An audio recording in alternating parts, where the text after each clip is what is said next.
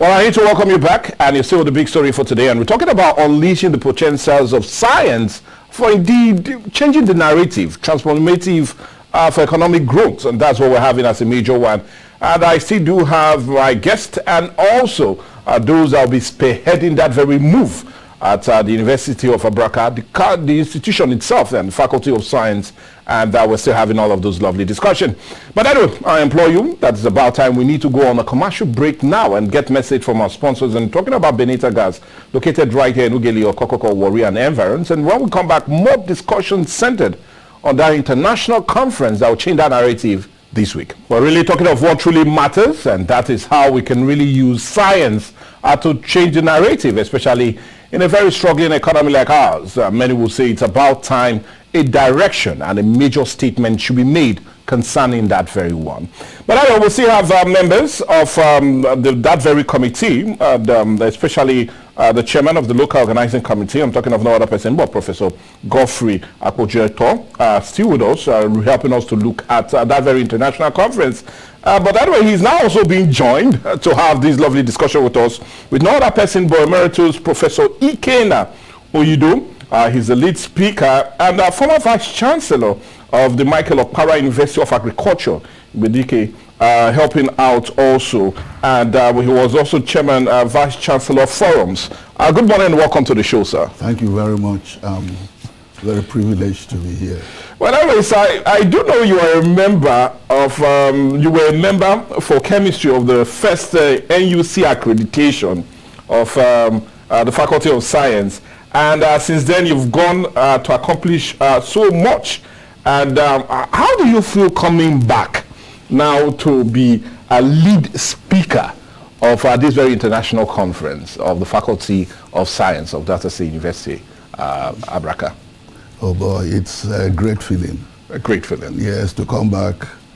When we came here in 1999, I think 24 years ago, the university and the Faculty of Science and the Department of Chemistry, they were infants. Infants. That's toddlers. I love toddling around. But now to come back to see the infant has grown. Okay. And is achieving so much in the landscape of universities in this country. I congratulate Professor Akpojeto and their colleagues, the Dean of Science and their colleagues who have worked hard to make that place a pride of place. And first among equals of their peer institutions. They have grown, they have diversified, they have multiplied, they have strengthened. And this conference that they're organizing shows that they have a direction for the future, using the problems of today to prepare for the future. And that is what this conference is all about. Okay, now let's continue. I know you have been Vice Chancellor and have held many top positions to influence the impact of science on economic diversification. And I do also know that you're going to present a lead paper come tomorrow, especially as the kickstart that very international conference. But let me not look as if I want to get the cat out of the bag, though. But I really would want to understand on what direction that very lead paper will take, especially as it concerns the conference tomorrow. It's at the policy level. And what I'm going to say is known to every scientist and every nationalist who is concerned that Nigeria, with all its potentials, is underperforming so miserably. Okay. With all the potentials we have. When you come to these universities, we have great scientists, world-class scientists, and all they have been confined to is just teach and then do some research which they either fund from their pockets or some other agencies fund them. And if somebody, if you are paying the piper, the piper has to he dictates the tune. Yes. So the science that we have here, individual efforts or funded by other agencies other than government, They will not produce the critical mass in a structured form that will take our economy from where it is now, an economy that has been built on false assumptions and false premises. At a point in the 70s, one of our leaders said that our problem is not money, but what to do with money. Yeah. That's a false premise. To have to take us from where we are now, it means that we are going to reinvent ourselves.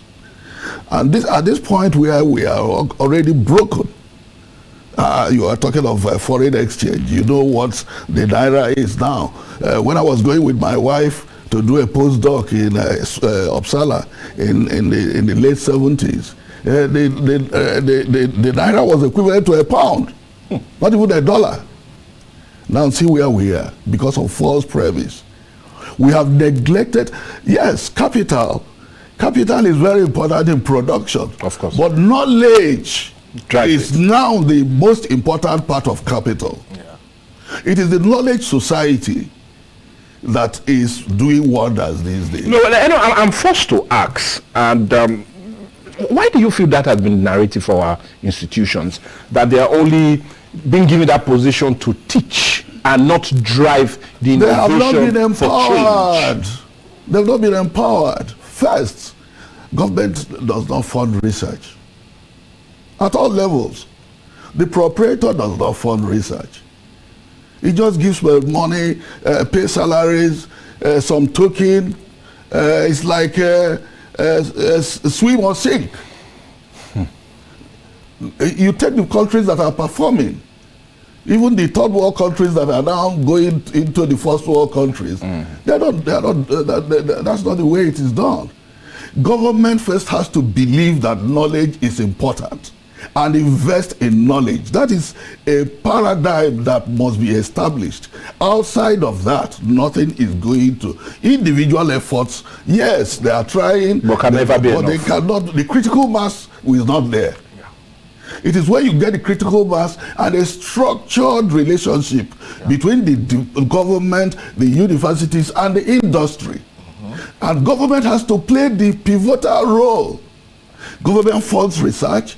Government incentivizes the industry to collaborate with the researchers. The individual things that are done, you know somebody in the industry, you develop an idea, he has some spare cash, and you develop a product. It's a drop in an ocean. For us to make a difference, we have to go back to first principles. It's called the triple helix. The triple helix of innovation. The researcher, the scientist, produces knowledge and innovation. Government incentivizes the industry to pick up that innovation and run with it and develop products for the marketplace or service. Without that, we are just scratching. And I can see the budget. Yes. The budget is just talking of paying salaries, paying excess workload allowance. Those are mundane things.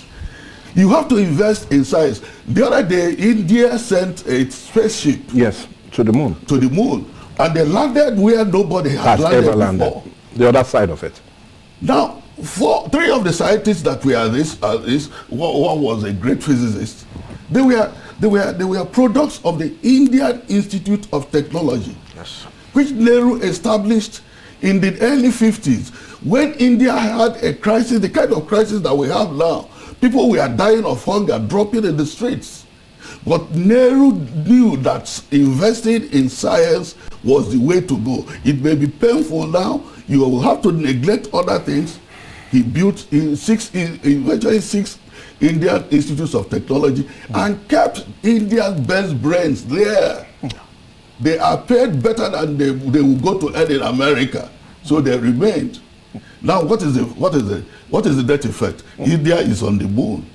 We are crawling here, going deeper and deeper in our own mess. Okay, now I'll quickly. Can I add something? Yeah, go ahead. Yeah, let me just add this.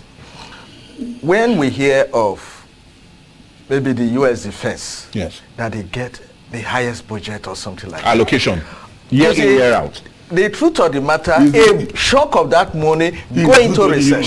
Universities are involved. So when you see publication from US, you see them US Navy grant number this, US Army grant number this.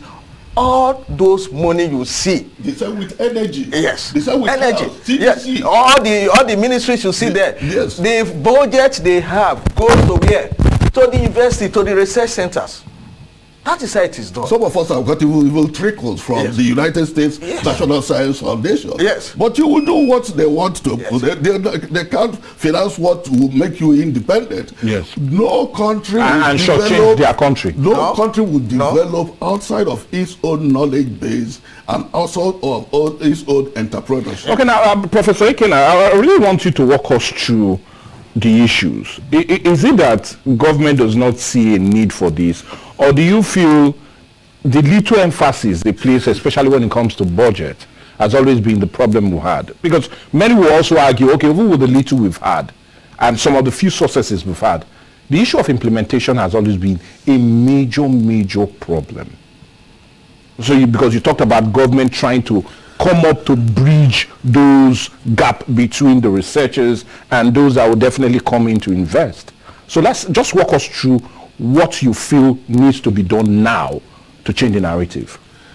Make the landscape competitive. Make the landscape competitive. Merit. Excellence. Fund merit. Fund excellence. Nigeria will get to the moon. There are good people in this country. In government, there are brilliant people in government. There are excellent scientists in the universities. Some of them, their work is lying on the shelves and in journal articles. That's where it ends. That's where it ends. But bring up, we have a National Council for Science and Technology, but it's on paper. Well, anyway, the last research we had, they came out was Kilichi. But anyway, let's not go there. Let's forgive me. And pencil. We've developed something. Yeah, go ahead. No, there's a National Council of Science and Technology that should drive policy in the next 5 years. What are our problems? What problems would we give our researchers? What are our expectations? Yes, from them. Every 5 years, you review it. Yes. Where have we got into? So it must start with government. All these countries that you see that are making, India is leadership. Government has to have vision, and that its vision must be anchored on knowledge. Without it, we're going nowhere. We are going nowhere. But we'll go somewhere now. That's on a break. And when we come back, we'll continue our discussion as it concerns that very international conference that will be stated, or rather would I slated for this week, and see how that can also help drive that diversification, especially as it concerns the economy that seems to be struggling at the moment. You would definitely agree with me that unemployment ratio is put about 45%. Well, anyway, the economy seems to be dragging its feet as it concerns growth, and the World Bank seems to even be giving us a very grim foresight on what it will be. But we need to go on a break and talk some more.